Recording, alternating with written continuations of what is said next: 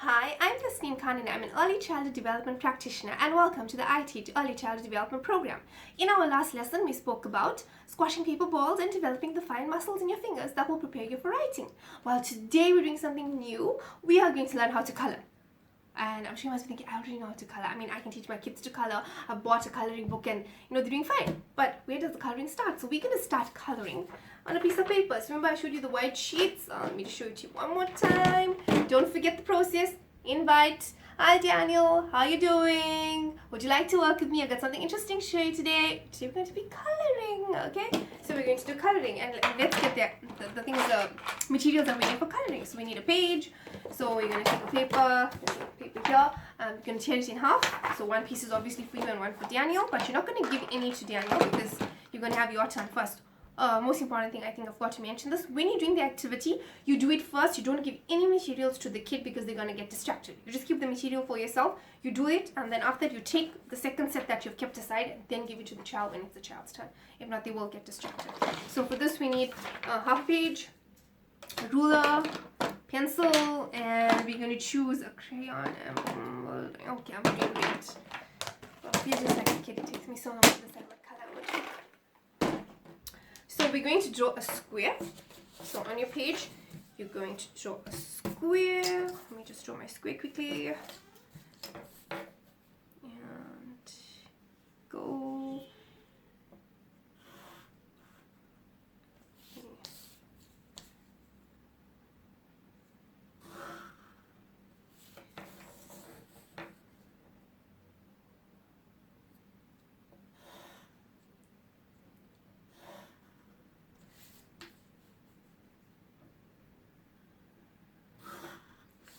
Okay, I drew a square, so that's my square on the page, you can see.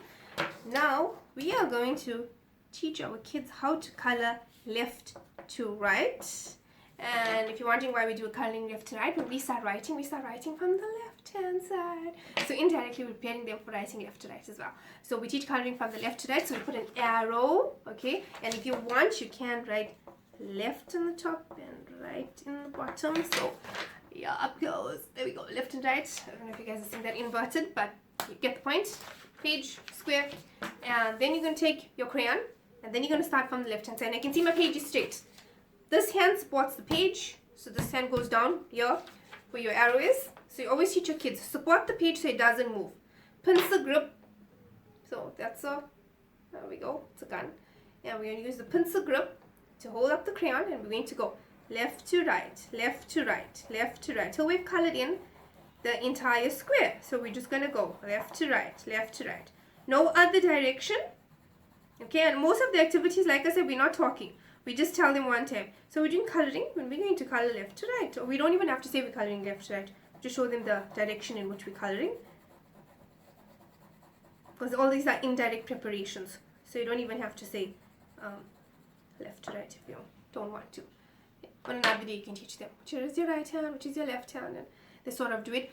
Don't do it the way I'm doing it if it looks inverted. What I normally do is when the kids, if I'm standing in front and the kid is facing me, I normally pick up my left hand and say it's my right hand, because if I pick up my right hand and show it to the kid and the kid is standing in front of me, their right hand is on this side. On the side of them, and they see me pick up my right hand, so they automatically pick up their left hand and they get confused. So because it's inverted and the kid doesn't get it, I would advise you, if your kid is facing you, pick up your left hand and say it's your right hand, and then they will do the same thing, because normally the kids they copy when they're doing it. So if you are going to be teaching left and right, it's just something that can help you, and you're wondering, oh, why is my kid getting it wrong? Because you are standing on the opposite side now, and it looks kind of like inverted and in the opposite way. So just do it that way, then it'll help you get out. Okay, so let's look at the coloring. I only used left and right, and I've colored my entire square. Okay, I supported my page, colored it, put my stuff down. All my stuff is on one side. And obviously Daniel is not drawing the square. So when you draw the square, you will draw two squares. One for yourself, one for your kid, okay? And when you're done coloring the square, then you will say, okay, it's your turn. Now, I don't like wasting the paper. So what I do is, if I draw a square in front for myself, okay, in the back of that, I will probably draw a square for the kid to work with. Okay, but if I want my kid to see what I've done, because sometimes they like to see what you have done, then I would use two pages. And then on another day, I would draw the square again on the back so the side doesn't get wasted. Try not to waste the paper, okay? Because we like to teach them about not wasting and recycling and how we're cutting down trees, and that's like going to fall under themes, which we will do another day. We will cover themes. So you color the square, you draw a square on another paper, you give it to your kid to color, and then you ask them, would you like to do that again? And if they want to work again, then you draw another square, and you draw another square, and you draw another square. And that's basically how it goes. So happy coloring!